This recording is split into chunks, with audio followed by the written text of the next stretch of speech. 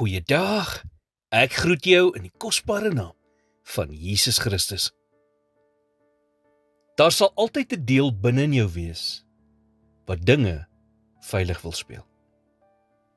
Nou jy kan 'n keuse maak, om nooit risiko's in jou lewe te neem nie.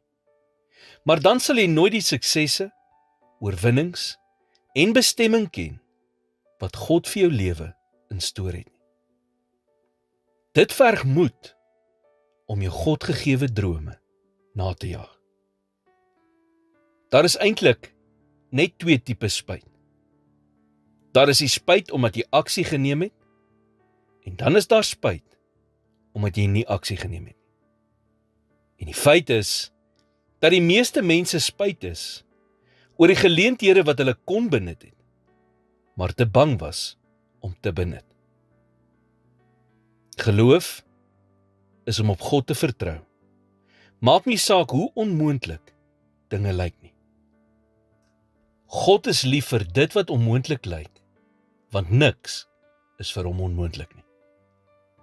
Kan jy nog onthou met die vermeerdering van die brood, toe Jesus die 5000 gevoed het in Matteus 14? Vers 20 en 21 sê, en almal het geëet en versadig geword, en hulle die oorskot van die brokstukke opgetel, 12 mandjies vol. En dit was omtrent 5000 manne wat geëet het, buiten die vroue en kinders. Kan die rede wees hoekom maar 12 mandjies oor was, dat daar vir elke twyfelende disipel 'n mandjie oorgebly het?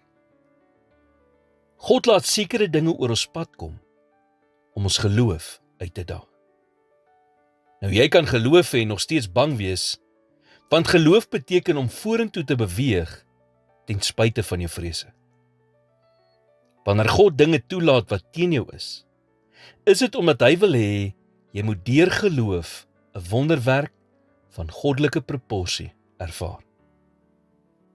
Dit is juis die mees vreesaanjaendste oomblikke in ons lewe, wat die grootste getuienisse bring. Om in geloof te leef, vereis dat ons soms risiko's moet neem.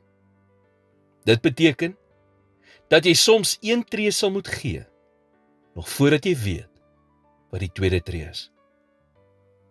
Here, wys my wat die volgende stap is, wat ek in geloof moet neem.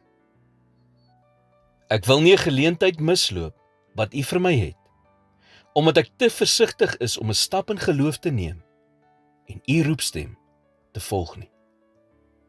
Mag elke risiko wat ek neem, 'n goddelike doel hê. In Jesus naam bid ek dit. Amen.